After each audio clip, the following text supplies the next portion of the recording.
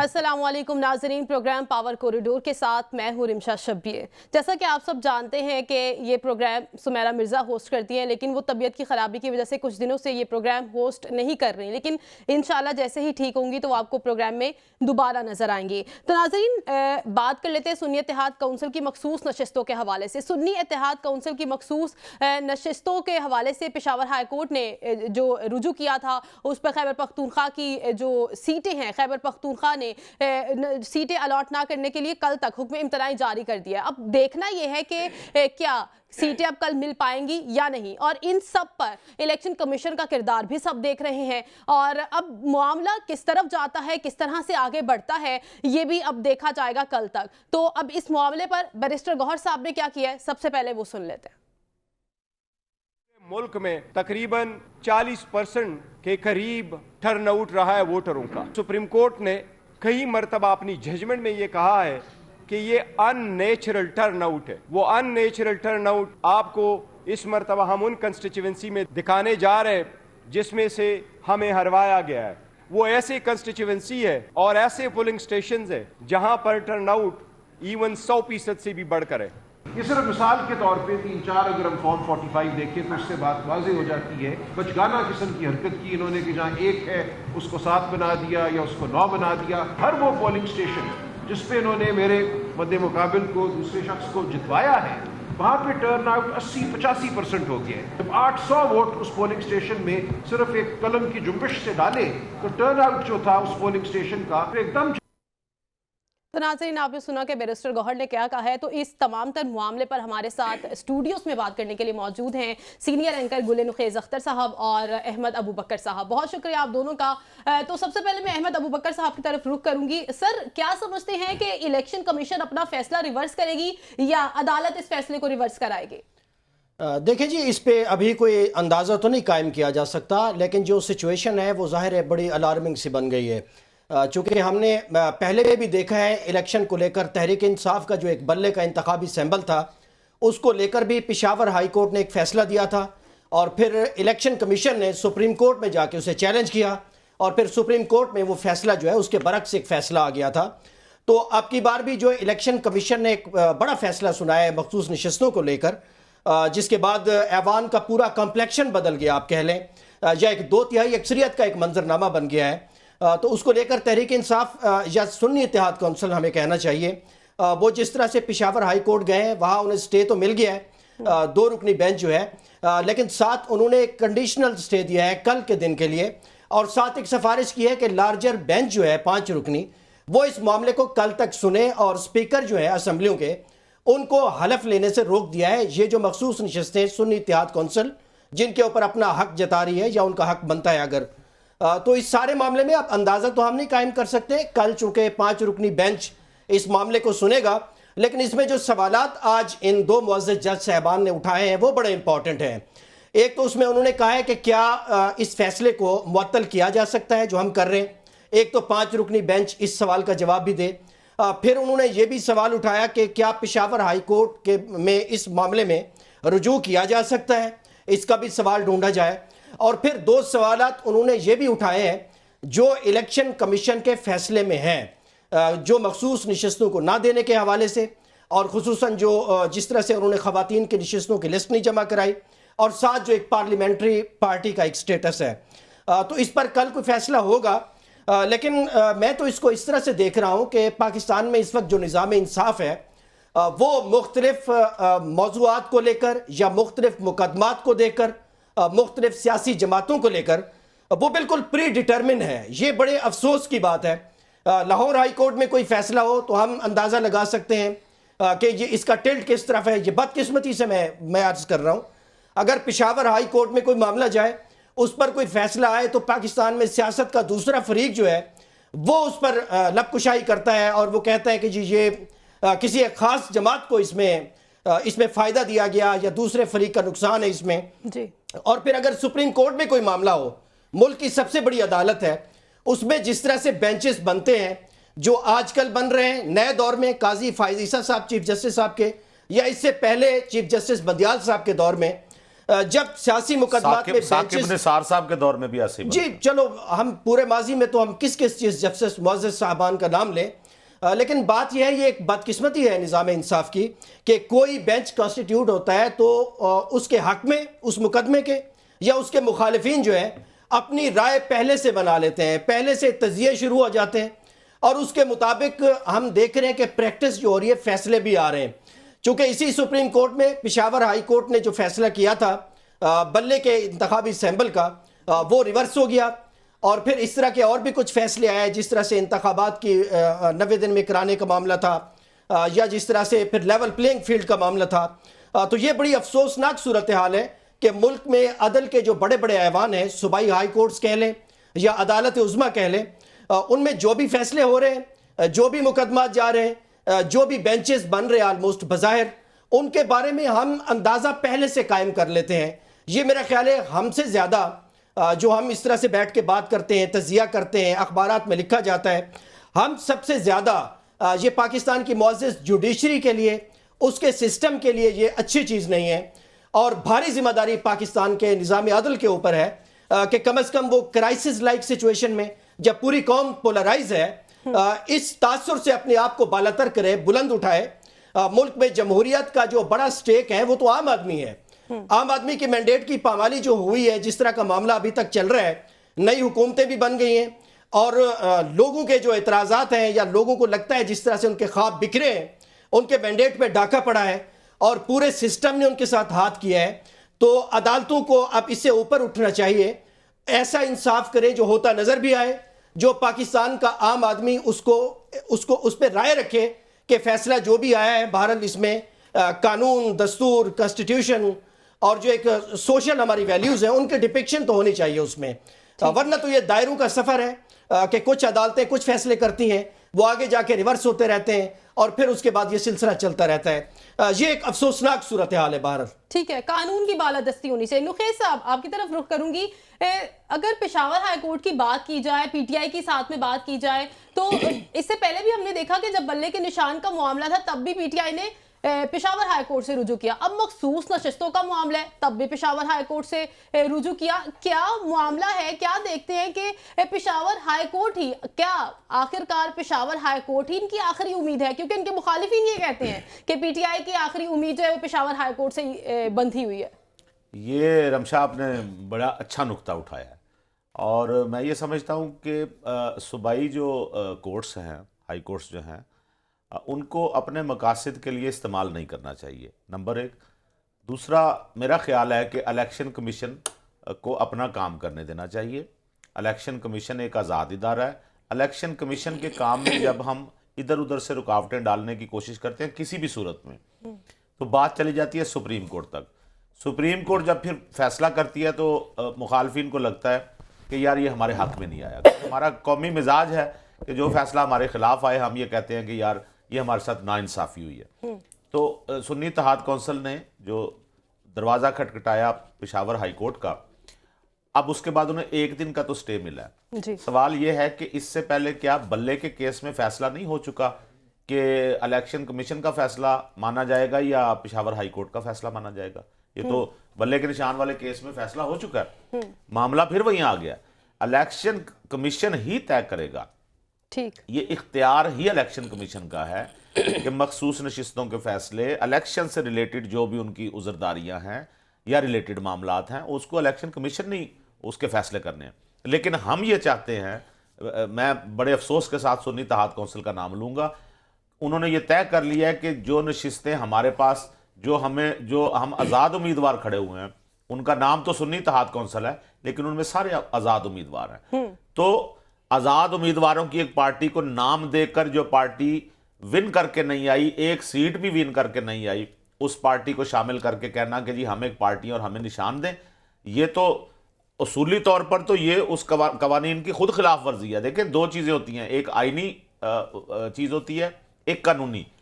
آئینی طور پر سنی اتحاد کونسل کو سیٹ جیت کر آنا تھا، بے شک ایک سیٹ ہوتی، آئینی طور پر تب وہ پارلیمانی پارٹی شمار ہوتی، سیاسی پارٹی لیکن جیتی ہوئی، اس کو ہم پارلیمانی پارٹی کہتے ہیں۔ اور قانونی چیز یہ تھی کہ انہوں نے نشستوں سے پہلے ایک اپلیکیشن دینی ہوتی ہے مخصوص نشستوں کے لیے کہ ہمیں اتنی نشستیں درکار ہوں گی. وہ پھر بعد میں فیصلہ ہوتا ہے ان کے جیتنے والے امیدوار کی حیثیت سے. نہ آئینی طور پہ وہ کام کیا گیا نہ قانونی طور پہ وہ کام کیا گیا. اور اب یہ رولا ڈالا جا رہا ہے کہ ہمیں بے شک وہ نہیں کیا, ہمیں اخلاقی طور پہ ہمیں یہ سیٹیں الاٹ کر دی جائیں. آئینی اور قانونی کام میں اخلاق کی کوئی گنجائش نہیں ہوتی. آپ نے آئینی اور قانونی کام کرنا ہے تو جو آپ اس کے تقاضے پورے نہیں کر پا رہے وہ کیسے سیٹیں آپ کو مل جائیں.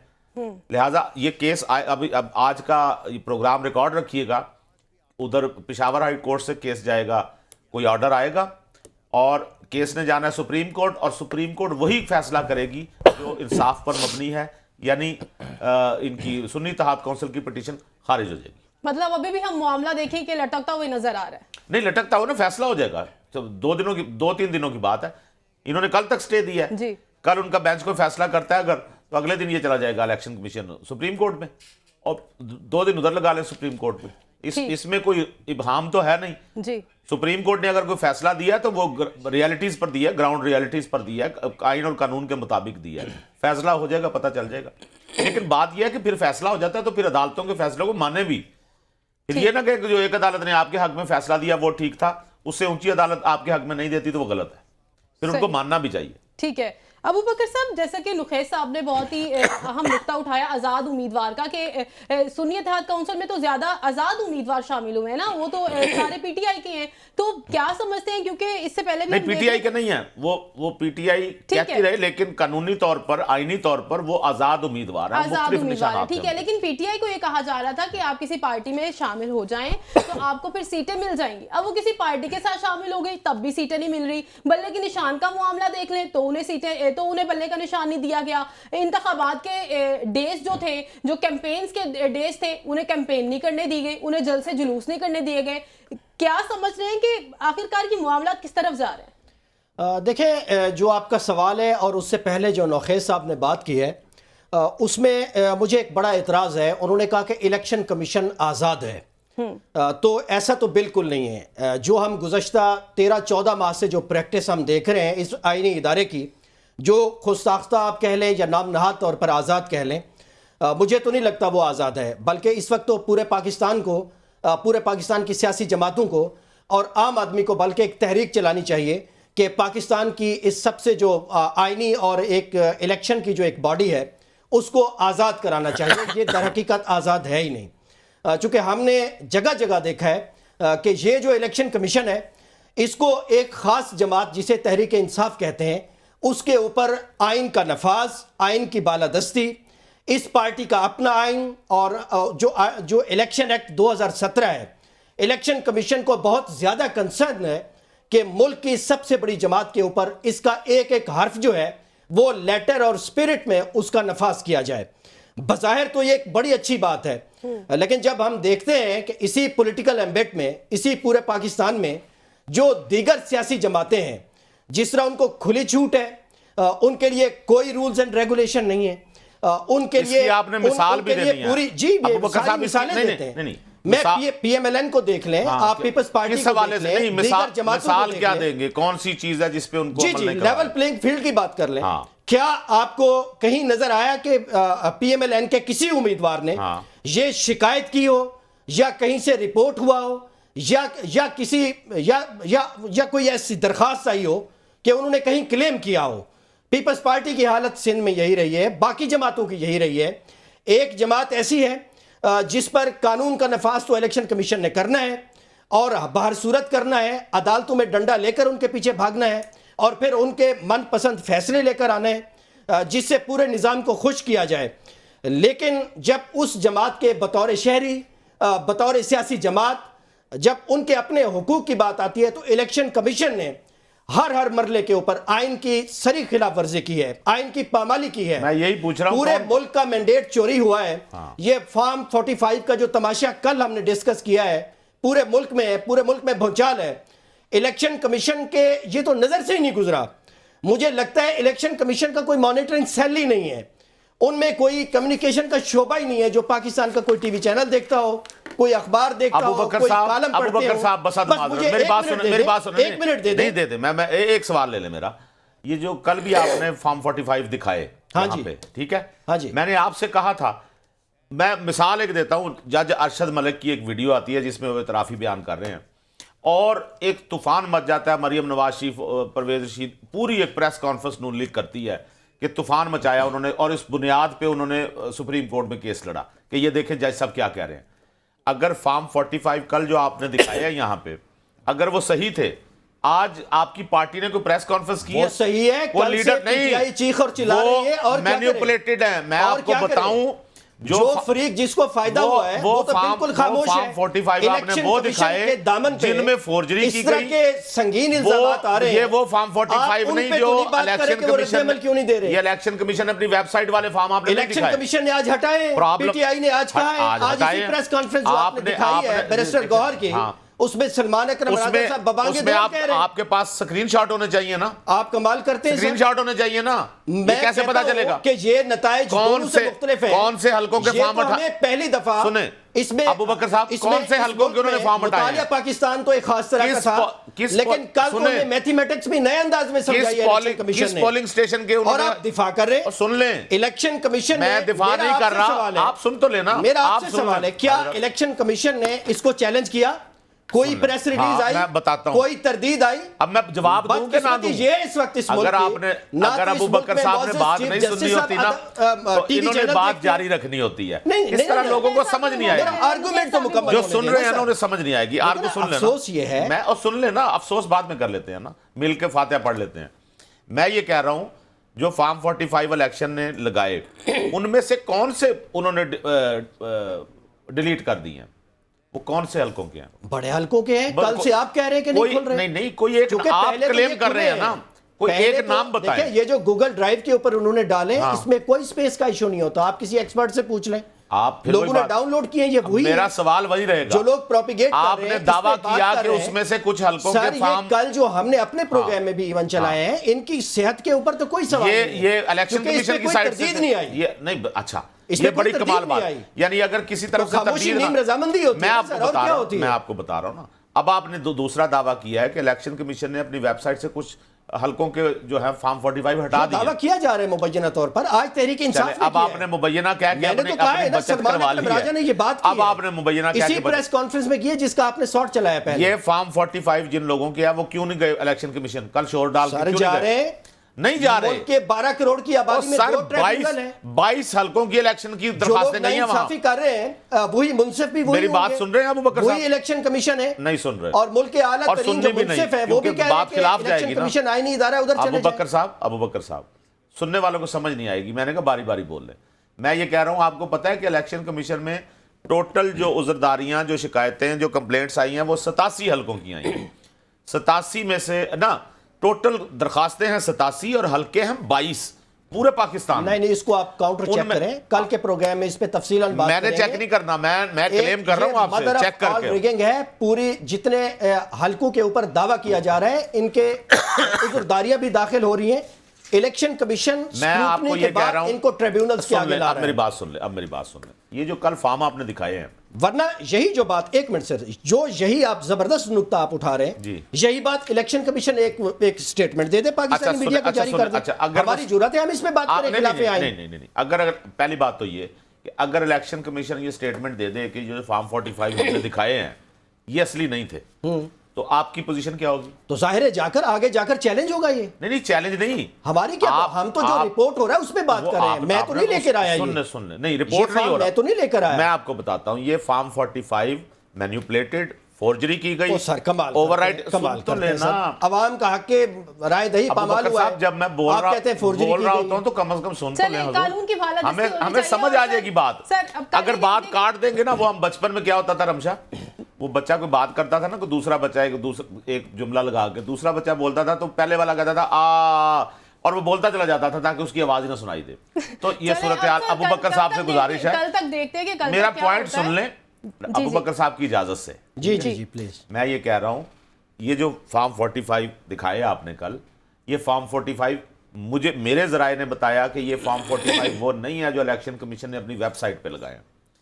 ٹھیک ہے, یہ مینیپولیٹڈ یعنی یہ فورجری دوسری طرف سے ہوئی ہے, اور یہ بنائے گئے ہیں کیونکہ ان میں جو کچھ ہوا ہے وہ کم از کم الیکشن کمیشن کی ویب سائٹ پر موجود فارمز میں نہیں. آپ نے بھی کل ہمارے ساتھ بیٹھ کے اس کو ڈاؤن لوڈ کرنے کی کوشش کی, میں نے بھی کی, اور بھی لوگوں نے کی. ٹھیک ہے, یہ الیکشن کمیشن اگر نہیں بول رہا تو اس کا مطلب یہ نہ آپ لیں کہ انہوں نے تسلیم کر لیا. ہو سکتا ہے میری عرض سن لیں, ہو سکتا ہے آپ کے پاس جو گوگل ڈرائیو الیکشن کمیشن کو دینے کا یہ تو زیادتی ہے. ان کو بولنا چاہیے. میں حمایتی ہوں آپ کا, ان کا میں حمایتی ہوں. الیکشن کمیشن کو چاہیے کہ وہ اس پہ جواب دے, ان کے پی آر او جواب دیں. الیکشن کمیشن کو چاہیے کہ وہ اس پر جواب دیں. اب کل تک دیکھتے ہیں کہ کل اس کے اوپر کیا فیصلہ آتا ہے, مخصوص نشستیں کہاں جاتی ہیں, ملتی ہیں نہیں ملتی ہیں. ایک اور اہم کیس جو آج جس کا فیصلہ آیا ذوالفقار علی بھٹو کیس کا, جس کے 44 سال بعد یاد آیا کہ اس کا کیس بھی دائر کیا جائے, اور اس کا ہم کیس آ گیا. سپریم کورٹ کی جانب سے یہ کہا گیا کہ ذوالفقار علی بھٹو کو فیئر ٹرائل کا حق نہیں ملا. لیکن اس کے اوپر سب سے پہلے ہم سن لیتے ہیں کہ بلاول بھٹو صاحب نے کیا کہا. ذوالفقار علی بھٹو کو فیئر ٹرائل نہیں ملا, اور اس کا آج فیصلہ اس جوڈیشل ریفرنس میں جس نے جو پریزیڈنشل ریفرنس صدر زرداری نے عدالت کو بھیجا تھا, اس ریفرنس کے جواب میں عدالت نے یہ بات مانا ہے کہ قائد عوام کو فیئر ٹرائل نہیں ملا.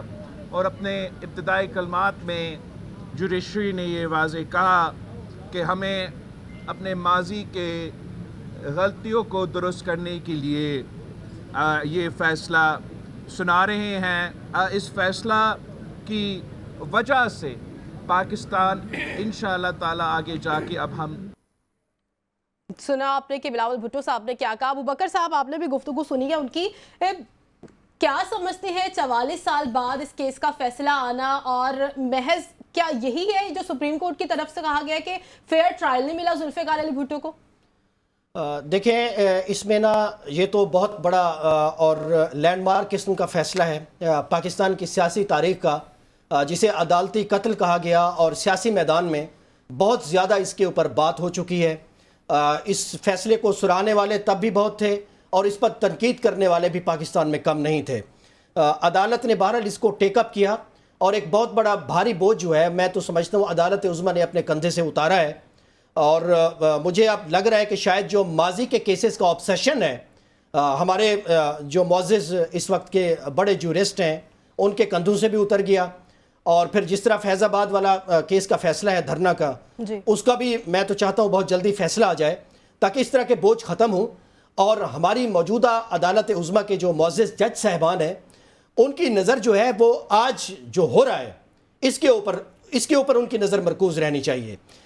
یہ تو لامتناہی سلسلہ ہے, ایسے چلتا رہے گا. اگر ہم نے ماضی میں جھانکنا ہے, ہم نے ماضی کے فیصلے کرنے ہیں اور آج کو اگنور کرنا ہے, جو آج شفاف ٹرائل کا حق جو ہے پامال ہو رہا ہے ایک اور سابق وزیر اعظم کا, تو اس کو حق کون دے گا؟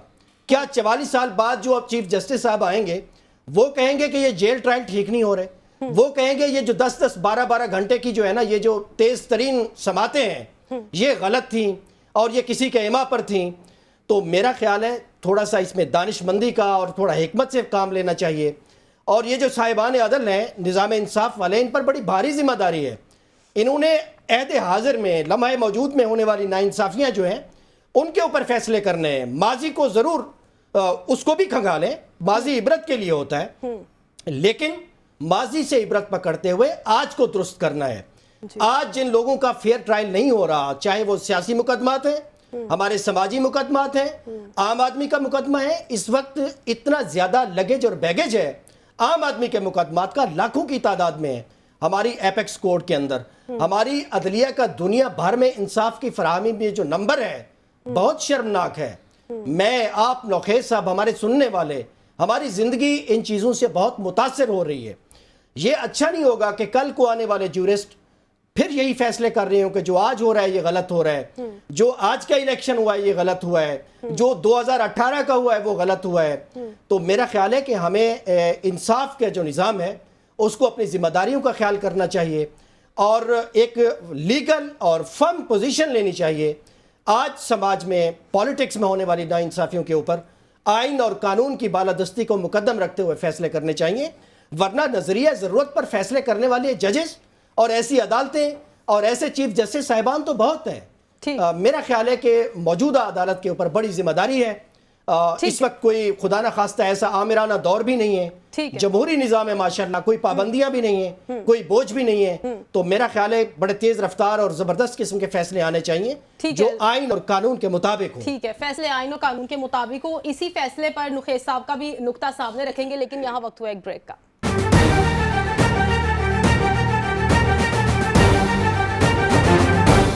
ویلکم بیک ناظرین۔ نخیس صاحب، آپ کی طرف اب رخ کروں گی بریک کے بعد۔ وہی جو بات ہو رہی تھی کہ سپریم کورٹ کا جو فیصلہ آ گیا ہے کہ فیئر ٹرائل کا حق نہیں ملا ذوالفقار علی بھٹو کو، تو نخیس صاحب کیا سمجھتے ہیں کہ 44 سال بعد اس کیس کا فیصلہ آنا، پھر اس کیس کا دائر کرنا، اس سے پیپلز پارٹی کو کیا فائدہ ہوگا؟ کیا آپ سمجھتے ہیں کہ ماضی میں جو عدالتوں نے فیصلے کیے کیا وہ ٹھیک نہیں تھے، یا جو اب فیصلہ آیا ہے کیا وہ ٹھیک ہے؟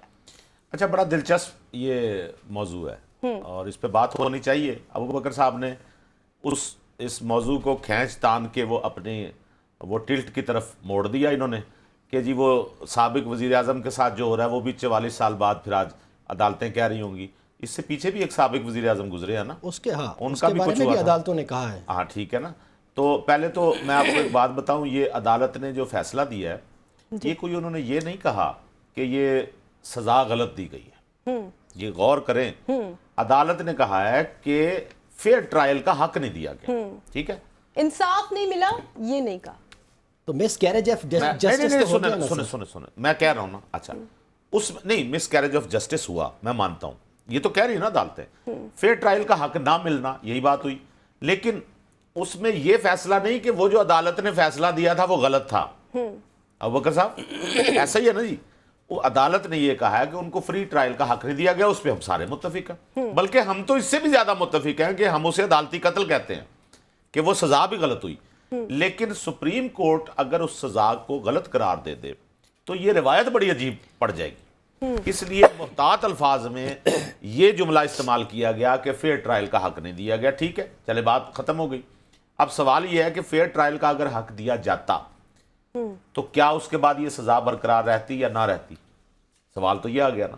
اچھا، چونکہ وہ حق نہیں دیا گیا تو ہمارے سامنے یہ ساری چیزیں ہو جائیں کہ پھر تو ہمیں لگتا ہے کہ پھر انہیں پھانسی نہ ہوتی، لیکن عدالتوں کا میں یہ سمجھتا ہوں اس طرح جو مقدمات ہیں اگر ہم سب پہنچنے لگ گئے، پرانے مقدمات لے کے، آپ لیاقت علی خان کیس بھی لے کے پہنچ جائیں ادھر، آپ جسٹس منیر کا کیس لے کے جسٹس منیر کا کیس لے کے پہنچ، سوال یہ ہے میرا کہ اگر فیئر ٹرائل کا حق نہیں ملا تو اس کا ذمہ دار کون تھا؟ یہ معزز عدالت کو اس کا تعین کرنا چاہیے تھا اور بتانا چاہیے تھا، ہمیں پتہ چلنا چاہیے کہ اس کیس کے فیئر ٹرائل نہ ہونے کے ذمہ دار کون تھے اور اب ان ذمہ داروں کے خلاف کیا کارروائی کی جا سکتی ہے۔ یہاں ایک فیصلہ ایک عامر کے خلاف یہ بھی آیا ہوا ہے کہ ان کو بے شک ان کی موت ہو جائے، ان کو اس کے بعد پھانسی دی جائے، ٹھیک ہے، تو اس لیے عدالت کو کوئی ایسی نظیر قائم کرنی چاہیے۔ میں سمجھتا ہوں کہ اس قسم کے فیصلے جن میں یہ بنیادی طور پہ تو یہ اس کی انصاف کے سسٹم کی رسوائی ہے نا کہ خود تسلیم کیا جا رہا ہے کہ فیئر ٹرائل کا حق نہیں دیا گیا تھا۔ ایک لحاظ سے میں یہ سمجھتا ہوں، ایک لحاظ سے اس فیصلے سے پیپلز پارٹی کو اس حوالے سے بہت فائدہ ہوا ہے کہ پیپلز پارٹی وہ تو خیر کبھی بھی انہوں نے سمجھا کہ یہ سزا ٹھیک ملی ہے، لیکن اب ان کے پاس چونکہ یوں کہہ لیں کہ بھٹو انہوں نے دوبارہ زندہ کر لیا صحیح معنوں میں، اچھا اور اس کو زندہ کرنے میں پیپلز پارٹی کا پورا زور تھا کہ یہ الیکشن سے پہلے یہ فیصلہ آ جاتا تاکہ اس کو بھی الیکشن میں استعمال کرتے، ہو سکتا ہے کچھ زیادہ سیٹیں نکال جاتے، لیکن اب یہ فیصلے کا آنا یہ آپ سمجھ لیں کہ وہ ریوائیول آف دا بھٹو ہو گیا ہے کہ دوبارہ سے انہوں نے پیپلز پارٹی میں اس فیصلے نے نئی جان پھونک دی۔ اچھا نخیس صاحب، اس میں ایک نقطہ اور بھی ہے، جی میرا خیال ہے کہ یہ جو فیصلہ ہے اس کا بیک گراؤنڈ سمجھنے کے لیے ہمیں جو صدارتی ریفرنس گیا تھا نا جی اس میں جو 5 سوالات اٹھائے گئے تھے عدالت نے ان کو ایڈریس کیا ہے، یس تو اسی لیے شاید ہمیں اس جملے کی ایبسنس نظر آ رہی ہے کہ وہ فیصلہ، اور وہ بھی آصف زرداری صاحب نے وہ ریفرنس اپنے دور میں بھیجا تھا اور ان 5 سوالوں کے جواب میں اور یہ ایک علامتی سا فیصلہ ہے ابو بکر صاحب، علامتی سا فیصلہ انہوں نے تسلیم کیا کہ ہاں اس وقت کچھ ٹیکنیکل گراؤنڈز پہ غلطیاں ہوئیں۔ ٹھیک ہے احمد ابو بکر صاحب، اس کے اوپر تحریک انصاف کا بھی نقطہ رکھ لیتے ہیں، ان کا موقف کیا ہے؟ کیا بانی پی ٹی آئی کے فیئر ٹرائل کے لیے بھی 5 سال کا انتظار کرنا پڑے گا؟ نہیں 5 سال تو ہم نے تو پہلے بات کی ہے کہ 44 سال انتظار تو نہیں کرنا پڑے گا، اس میں پہلے میں نے یہ بات کر لی ہے کہ اچھا ایک منٹ ابو بکر صاحب ایک جملہ سن لیں۔ اچھا اس فیئر ٹرائل کا حق عدالت نے تسلیم کیا کہ فیئر ٹرائل نہیں ہوا، اس جملے سے اس کا مطلب یہ نہیں کہ ہر بندہ جو جیل میں پڑا ہے نا وہ کہے تو کیا میرا بھی 44 سال بعد فیصلہ ہوگا. اس جملے کا مطلب یہ نہیں کہ جتنے بھی اس وقت فیصلے ہوئے ہیں وہ غلط ہیں. اس جملے کا یہ مطلب نہیں کہ ہر بندہ اس سے اپنے مطابق فائدہ نکال لے. لیکن ٹھیک ہے نا, بانی پی ٹی آئی کے معاملات کو لے کر جو مقدمات چل رہے ہیں, ہم تواتر سے پچھلے 1 سال سے یہ فیئر ٹرائل کی گردان اور مطالبہ ان کی طرف سے سن رہے ہیں. اور اپیرنٹلی جب اسلام آباد ہائی کورٹ میں معاملات جاتے ہیں تو ہمیں لگتا ہے کہ ایک ہی جج معزز چیف جسٹس صاحب اسلام آباد ہائی کورٹ ہر کیس کو سنتے ہیں, ہر کو ٹیک اپ کرتے ہیں, خود بینچ بناتے ہیں, چونکہ بینچ ان کا حق ہے بہرحال بینچ کو تشکیل دینا, اور پھر وہ درخواست لینے کے بعد چاہے وہ ضمانت کی ہوتی ہے یا وہ سزا معطلی کی ہوتی ہے یا وہ نیچے جو ٹرائل کورٹ کا مقدمہ ہے اس کو روکنے کی استدعا ہوتی ہے. آپ نے ابو بکر صاحب کو کاروائی سنی ہے نا ساری, آپ ٹی وی پہ سنتے ہیں نا کاروائی, کر لیتے ہیں آپ ٹی وی پہ کاروائی سنتے ہیں نا. جی نہیں اسلام آباد ہائی کورٹ کی تو نہیں آتی, سپریم کورٹ کی آتی ہے. پہلے تو یہ بتائیں معزز عدالت کی طرف تو گئے ہی نہیں, کیس میں آپ سمجھتے ہیں غلط سزا ہوئی ہے؟ نہیں, میں عرض کر رہا ہوں نا, ہم ابھی عدالت عظمیٰ کے معاملے میں تو گئے نہیں ہیں, چونکہ عمران خان صاحب کی سزاؤں کا کوئی بھی معاملہ ابھی تک سپریم کورٹ گیا ہی نہیں ہے. ایک عد مقدمے میں گیا ہے, وہ جو نیچے توشہ خانہ کیس کا جج جلاور صاحب والا تھا, اس میں بھی اس لیے گئے تھے کہ اسلام آباد ہائی کورٹ کو کہہ دیں کہ ہماری یہ اپیل جلدی نمٹا دے تاکہ ہم ٹرائل کورٹ میں یا جائیں یا نہ جائیں. چونکہ یہ جو آپ اپلیکیشن لے کر اس کو رجسٹرار کے پاس دبا کے بیٹھ جاتے ہیں, اس پہ بینچ نہیں بناتے اور جلدی ڈیٹ نہیں دیتے, تو یہ بھی مس کیریج آف جسٹس ہے. یہ مس کیریج آف جسٹس اس لیے ہوتا ہے کہ آپ ایک دن میں 10 درخواستیں لے کے چلے جاتے ہیں اور آپ کی دعویٰ ہوتا ہے, اور جب آپ کو پتہ ہے اسلام وہاں ایک دن میں 3 مقدموں کیا جیل ٹرائل بھی نہیں ہوتا. سنیں, اور جیل ٹرائل میں جب آپ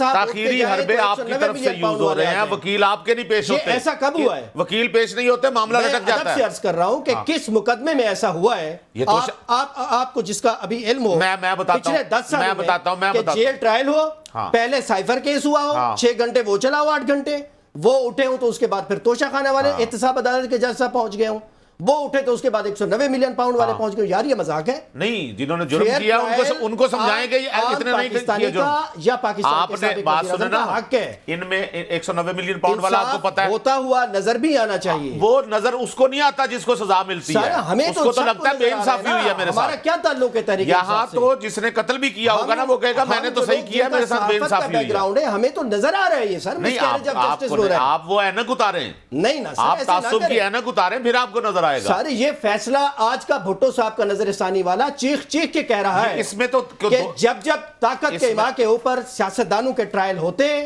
وہ ہم نے بھٹو صاحب کے معاملے میں بھی دیکھا ہے, وہ ہم نے جنرل مشرف صاحب کے نظریہ ضرورت والا جو کیس تھا اس میں دیکھا ہے, پھر ہم نے اس سے پہلے جسٹس منیر صاحب کے فیصلے بھی دیکھے ہیں, یا بعد میں نواز شریف صاحب کے ابھی فیصلے دیکھ لیں, یہ جس طرح سے عدالتیں ریورس کر رہی ہیں. عمران خان صاحب کو بھی آپ اسی صف میں پائیں گے. کل آپ کو جب یہ فیصلے ریورس ہوں گے, جب اس میں نقائص نظر آئیں گے, آپ اسی صف میں میرے ساتھ کھڑے ہوں گے, آپ کہیں گے آپ پہلے یہ بتائیں, ٹھہرے نا, پچھلا معاملہ پہلے کلیئر کرتے جائیں نا, آگے نہیں چھلانگ دو. سر ہم نے بھٹو صاحب 4 سیڑھیاں نہیں پھلانگنی, آپ تسلیم کرتے. نواز شریف صاحب کا نام بھی لے لیا سر, آپ ابھی بھی راضی نہیں ہو رہے. اسی لیے پوچھ رہا ہوں, آپ سمجھتے ہیں کہ نواز شریف صاحب کے خلاف جو کیسز بنے تھے وہ غلط تھے؟ میرے سمجھنے سے کچھ نہیں ہوتا, پاکستان کی عدالتیں ریورس کر رہی ہیں ان کے ان کو مان تو لے, پھر کیا پوزیشن ہو, کیسز معاف ہو گئے. ٹھیک ہے, اب دیکھنا ہے کہ بھٹو ذوالفقار علی بھٹو کا تو وہ فیصلہ آ گیا ہے, سپریم کورٹ کی جانب سے کہا گیا کہ فیئر ٹرائل نہیں ملا. اب دیکھنا یہ ہے کہ باقی جتنے جو سابق ہمارے وزیر اعظم ان کو بھی فیئر ٹرائل ملتا ہے یا نہیں ملتا.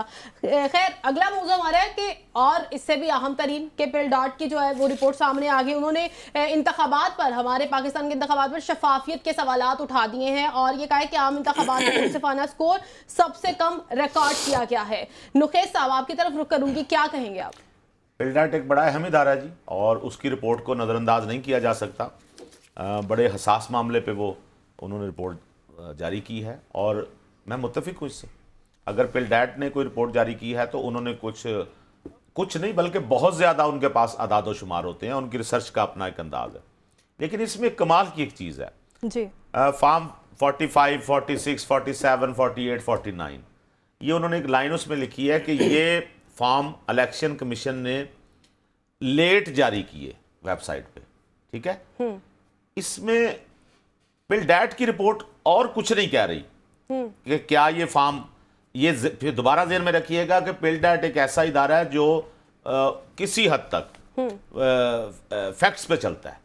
تو پل ڈیٹ نے یہ کہا ہے کہ ان فارم میں کیا انہوں نے تلاش کیا، انہوں نے کہا کہ کچھ بے ضابطگی کے الزامات ضرور ہیں، لیکن ان فارم میں سب سے بڑا اعتراض انہوں نے یہ لگایا کہ یہ لیٹ اپلوڈ ہوئے ہیں۔ تو وہ کہاں گئے، وہ جو کل ہم ڈسکس کر رہے تھے کہ فارم یہ مینیپولیشن ہوئی ہے، یہ فورجری ہوئی ہے، وہ پل ڈیٹ نے کیوں نہیں الزام لگایا؟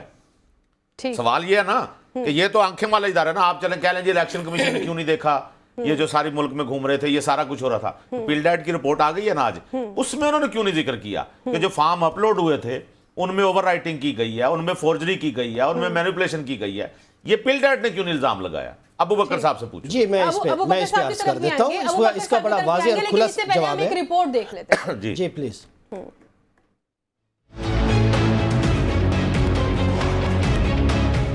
عام انتخابات میں دھاندلیوں اور بے ضابطگیوں کی ایک کے بعد دوسری گواہی آنے لگی۔ پل ڈاٹ نے بھی عام انتخابات کو پاکستان کی تاریخ کے سب سے کم درجے کے شفاف الیکشن قرار دے دیا۔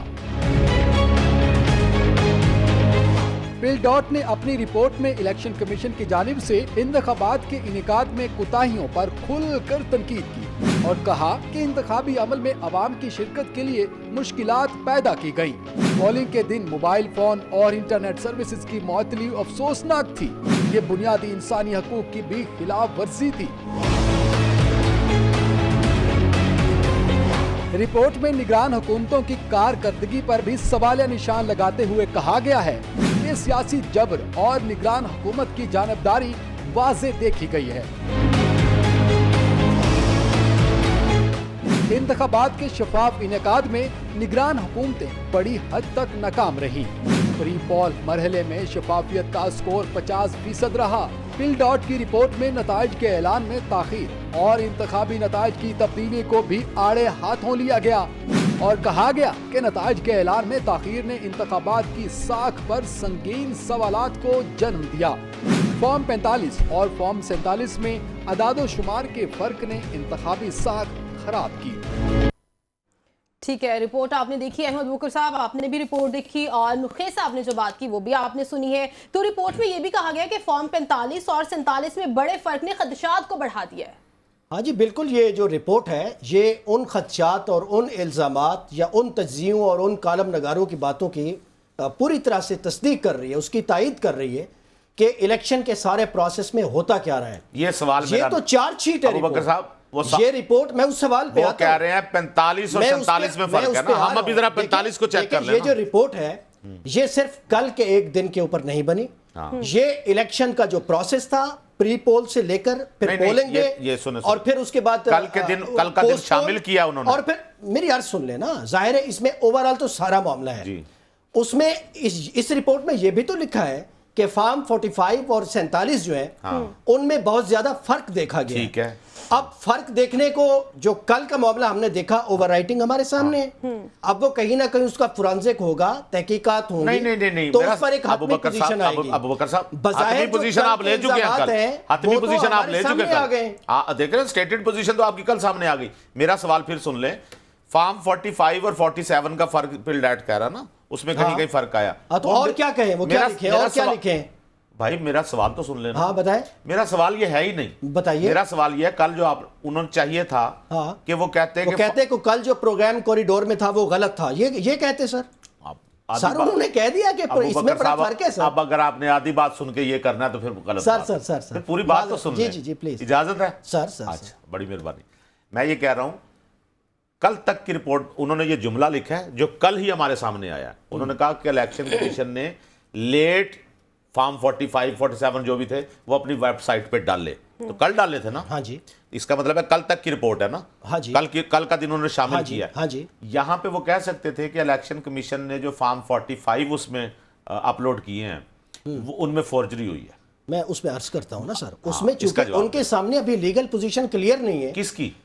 یہ جو سارے فارم 45 پہ کل کی آئی ہے، اس کے بغیر انہوں نے رپورٹ بنا لی ہے؟ نہیں، رپورٹ میں وہ تو کہہ رہے ہیں ریگولیرٹیز کی تو بات کر رہے ہیں، فرق کی بات بھی کر رہے ہیں۔ فارم 45 کے سر 47 پہ نہ جائیں، ذرا 45 پہ رہے نا، ہم نے تو ان دونوں کے لیٹ کے اوپر بھی بات کر رہے ہیں، یہ آئین کی خلاف ورزی بھی ہے، یہ بھی رپورٹ کر رہے ہیں، اور کیا بات کریں وہ عام 45 دکھائے نا، وہ 45 پہ یہ نہیں کہہ رہے کہ یہاں پہ مینیپولیٹ ہوئے، نہیں انہوں نے دیکھیں یا ان کا جو اوور رائٹنگ ہوئی، رپورٹ کا جو ان کا والیوم ہے یا انہوں نے پوری ایکٹیویٹی کی ہے اس میں بڑا صرف ایک بہت معاملہ تو شاندار نہیں ہے. کام ہے ان کا، اس پہ تو احمد بلال محبوب صاحب کو فون پہ لے لیتے ہیں، ان سے پوچھ لیتے ہیں. میں نے تو یہ رپورٹ مرتب نہیں کی. دیکھیں جو کل ہم نے دیکھا ہے وہ تو سرفیس میں بات آ گئی ہے. اب اس میں تو پروب ہونا ہے نا فردر، وہ پروب ہوگا، اس میں پتہ چلے گا کہ یہ کس حد تک الزامات درست ہے، کس حد تک یہ اوور رائٹنگ ٹھیک ہے، کس حد تک یہ اوور رائٹنگ بالکل وائلیشن ہے. اس پہ تو ابھی ایک بڑا پروب ہوگا جس کے اوپر کوئی کمیشن بنے گا یا فورنزک ہوگا تو صورتحال کلیئر ہوگی. ابھی تو یہ پتا چلانا ہے، ابھی تو ایک بہت بڑی دھند سی آ گئی ہے نا اس سارے معاملے کے اوپر. دھند نہیں، ابھی تو یہ طے ہونا ہے کہ کیا یہ فارم 45 وہی ہیں جو الیکشن کمیشن نے اپنی ویب سائٹ پہ ڈالے ہیں، بالکل بالکل، یہ یا کوئی علیحدہ سے چکر چل رہا ہے. لیکن اب کیا کیا جائے نا، الیکشن کمیشن کی جو خاموشی ہے ان کا مجھے لگتا ہے کہ کوئی سرویلنس کا ونگ ہی نہیں ہے، ان کی کوئی کمیونیکیشن نہیں ہے، پورے پاکستان سے کٹ گئی ہے 8 فروری کے بعد. افسوس تو یہ ہے نا. آپ نے یہ فارم کہاں سے لیے تھے؟ سر ہم نے یہ فارم کل ڈیجیٹل سے بھی اٹھائے ہیں، ہمارے چینل نے ویب سائٹ سے ڈاؤن لوڈ کیے ہیں. ان کی ویب سائٹ ایون کئی ان کی جو انہوں نے جو لنک دیا ہوتا ہے ویب سائٹ پہ میرے اپنے موبائل پہ کھلے ہیں. اس کا مطلب ہے ابو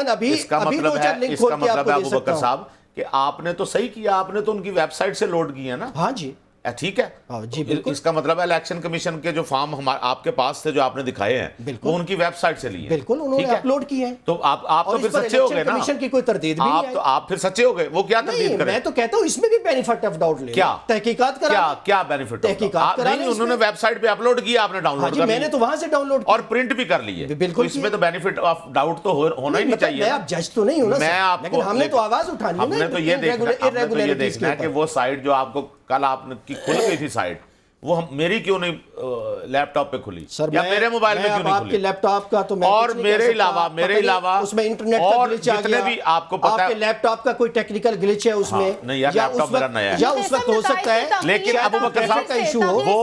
لیکن اس پر وہ یہاں کئی لوگوں کی کھلی ویب سائٹ. بہتر پوزیشن تو الیکشن کمیشن کی ہوتی کہ آج وہ کلیئرٹی کے ساتھ آتے، وہ پورے میڈیا سے اس سے کمیونیکیٹ کرتے نا. سر جب آپ کمیونیکیٹ نہیں کرتے، آئسولیشن میں جاتے ہیں، خاموشی میں جاتے ہیں، تو کچھ شکوک و شبہات اور بڑھتے ہیں. یہاں ہر معاملے میں الیکشن کمیشن کو بولنا چاہیے، فورجری ہوتی رہے ہر معاملے. سر اس کا اور کام کوئی نہیں ہے، ان تک اس کا کام ہے 90 دن میں الیکشن بولنا چاہیے. میں حق میں ہوں، فری اینڈ فیئر کرانا، لیول پلینگ فیلڈ کا پورا اہتمام کرنا، اور پولنگ ڈے کو تشدد سے پاک کرانا، اور فری اینڈ فیئر ہوتا ہوا نظر آنا، اور نتائج کو شفاف انداز میں قوم کے سامنے رکھنا. اور آئینی طور پر ایک جملہ دے دیں، آئینی طور پر جو پابندی ہے اس پر اس کی کمپلائنس کر کے فوری طور پر نتائج قوم کے سامنے رکھنا. آپ کو یہ اس کا کام ہے. اب میں کروں بات سر پلیز. اس سے بڑی لیول پلینگ فیلڈ آپ کو کیا ملے کہ 9 مئی جیسا سانحہ ہوتا ہے، اس کے بعد بجائے اس کے کہ جماعت کو دہشت گرد قرار دے دیا جائے، آپ کو الیکشن لڑنے کی اجازت ہے. یہ میں شکریہ ادا کرتا ہوں. اب میری بات اب پھر آپ نے کاٹ دی. مجھے آپ نے ایک جملے کی اجازت مانگی، میں خاموش ہوا. جی پلیز تو سن لیا کریں نا، حوصلے سے سن لیا. مجھے پتا ہے آپ کے اندر طوفان مچا ہوا ہوتا ہے، لیکن سن لیں. تو آپ کو لیول پلینگ فیلڈ نہیں ملی، آپ کو کہا گیا کہ آئیں الیکشن لڑیں. آپ نے الیکشن لڑے، آپ کے وہ اراکین جن پہ مقدمات ہیں 9 مئی کے، اس کے باوجود وہ اسمبلیوں میں پہنچے ہوئے ہیں. یہ لیول پلینگ فیلڈ نہیں ہے؟ جواب ندارت. میں عرض کرتا ہوں سر، آپ کو نہیں پتا یہ کس طرح پہنچے ہیں؟ آپ کو عوام کے مینڈیٹ کا نہیں علم 8 فروری کو کیا ہوا؟ بات سنیں. پبلک نے ان الزامات کی جمہوری انداز میں نگیشن کر دی ہے. آپ کو الیکشن لڑنے کی اجازت دی گئی. میں یہ کہہ رہا ہوں، آج بانی چیئرمین پی ٹی آئی نے بھی کہہ دیا ہے کہ جو لوگ اس میں ملوث ہیں اس پر کوئی... کتنا ویسے ظالمانہ بیان ہے، کتنا ظالمانہ. سنیں اس لیے نہیں، ہم سب کا بھی یہی مطالبہ، آپ کا بھی یہی مطالبہ ہے. وہ بچے بیچارے جو بانی پی ٹی آئی کی محبت میں جھنڈے اٹھا کے اور باولے ہو کے جنہوں نے اس کلٹ میں آ کے یہ سب کچھ کیا، سزا تو انہیں ملنی چاہیے. لیکن سن لیں پیچھے کوئی نہیں آتا. آپ غیر آئینی کام یہ سارے بچے سن لیں، پیچھے کوئی نہیں آتا. سیاسی لیڈروں کے پیچھے بھاگیں، وہ ایڈ میں کہتے ہیں ان کو سزا ملنی چاہیے. سیاسی مئی کے جو ملزمان ہیں ان کو سزا ملنی چاہیے. تو یہی میں کہہ رہا ہوں. یہاں سے ہی گفتگو کا آغاز کریں گے، لیکن یہاں وقت ایک شارٹ بریک.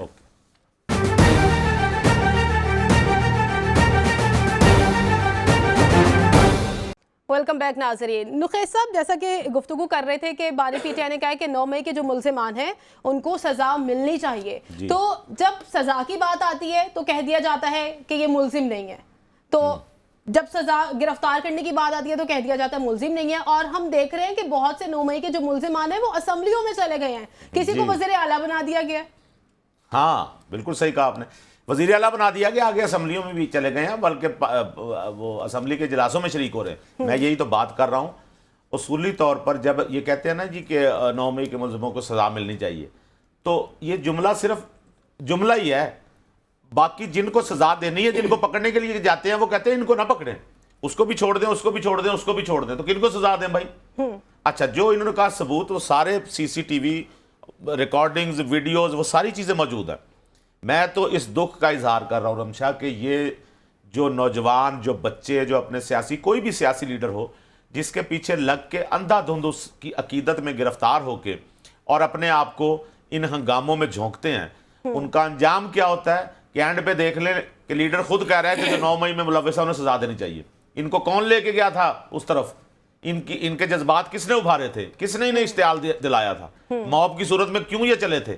تو آپ جب وہ سارے پکڑے گئے ہیں تو اس کے بعد آپ کہیں ان کے والدین سے پوچھیں, وہ بیچارے رو رہے ہوں گے کہ ہمارا بچہ پتہ نہیں کس جیل میں ہوگا, کہاں اس کے ساتھ کیا سلوک ہو رہا ہوگا, اور وہ انتظار کر رہے ہوں گے کہ جن سیاسی لیڈر کے پیچھے ان کے بچے گئے تھے وہ ان کے حق میں کوئی بات کریں گے, ان کو چھڑانے کی کوئی بات کریں گے. لیکن وہ سیاسی لیڈر جن کے پیچھے یہ بچے گئے, وہ آج بیان دے رہے ہیں کہ ان کو سزا ہونی چاہیے. یہ ہوتا ہے ان کے پیچھے جانے کا انجام, وہ کوئی بھی سیاسی لیڈر ہو. ٹھیک ہے. بانی پی ٹی آئی نے بھی کہہ دیا کہ جو 9 مئی کے ملزمان کو سزا ہونی چاہیے. اب دیکھتے ہیں کہ انہوں نے جوڈیشل کمیشن بنانے کا بھی مطالبہ کر دیا ہوا ہے, اور اسد کیسٹ نے بھی یہ کہا تھا کہ جوڈیشل کمیشن بنائی جائے اور دیکھا جائے کہ 9 مئی کے ملزمان کون ہیں, اگر کوئی ہے تو اسے سزا ملنی چاہیے. اب ہمارا جو اگلا موضوع ہے وہ ہے جی آج 18 رکنی کابینہ جو ہے پنجاب کے, انہوں نے حلف اٹھا لیا ہے, لیکن اس کے اوپر بات کریں گے. اس سے پہلے ہم دیکھ لیتے ہیں کہ مریم نواز نے تنقیدی نشتر چلایا ہے, کیا انہوں نے.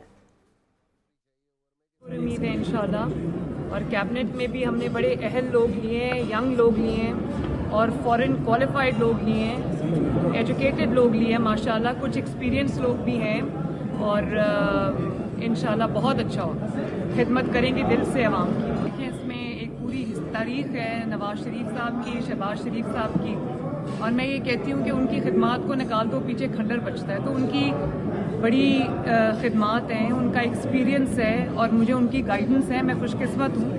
اور اس کے بعد میری ڈرائیونگ فورس جو ہے, میری موٹیویشن جو ہے, وہ پاکستان کے پنجاب کی 12.5. تو آپ نے گفتگو سنی, کیا کہا ہے مریم نواز صاحبہ نے. تو آج 18 رکنی کابینہ نے حلف تو اٹھا لیا ہے, یہ تو بہت اچھی بات ہے. احمد ابوبکر صاحب, آپ کو نہیں لگتا کہ لاہور کے زیادہ لوگ اس میں شامل ہیں؟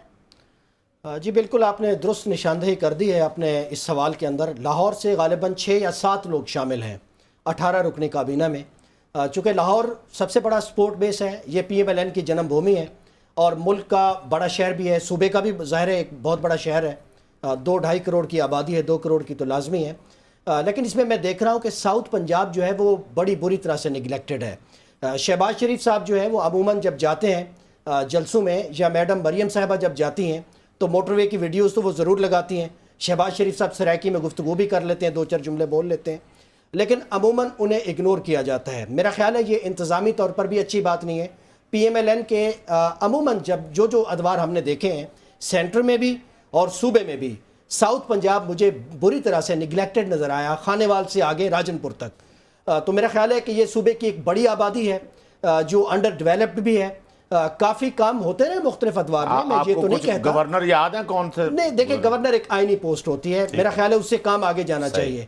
انتظامی گورننس کے جو کام ہوتے ہیں وہ وزراء نے کرنے ہوتے ہیں, اور آپ کو کابینہ میں ان کا سائز بڑھانا چاہیے. جو خصوصاً وہاں پر آلریڈی سیکریٹریٹ ہے اس کو مزید امپاور کرنا چاہیے. اور اس میں میرا خیال ہے سینٹر کے جو لوگ ہیں, سینٹر پنجاب کے, ان کو زیادہ گجرات ڈویژن ہو گیا, گجرانوالا کے لوگ ہو گئے, جس طرح سے اپنا گجرانوالا ڈویژن اور گجرات کے, ان کو جگہ دی گئی ہے. ڈسکا سے بھی ایک منسٹر ہے. تو یہ اس طرح کا ایک فگر بن رہی ہے. ایک فیصل آباد سے بھی ہے. تو میرا خیال ہے کہ یہ جو سپورٹ بیس ہے پی ایم ایل این کا, پنڈی سے لے کر لاہور تک, جس میں اب بڑی حد تک ایک شگاف پڑ چکا ہے, اور یہاں جو مقبولیت ہے اب آلموسٹ ختم ہو چکی ہے انتخابی نتائج سے جو ہمیں پتہ چلا ہے. میرا خیال ہے وہ یہ جو رپچر ہوا ہے اس کو کنٹرول کرنے کی کوشش کر رہے ہیں. لیکن جو ایک typical P M L N کی جو کابینہ ہونی چاہیے, اس میں مجھے وہی ڈپکشن نظر آئی ہے. 1-2 رشتہ دار بھی شامل ہیں, اور لاہور کے جو بڑے سیاسی گھرانے ہیں ان کے خانوادے بھی شامل ہیں.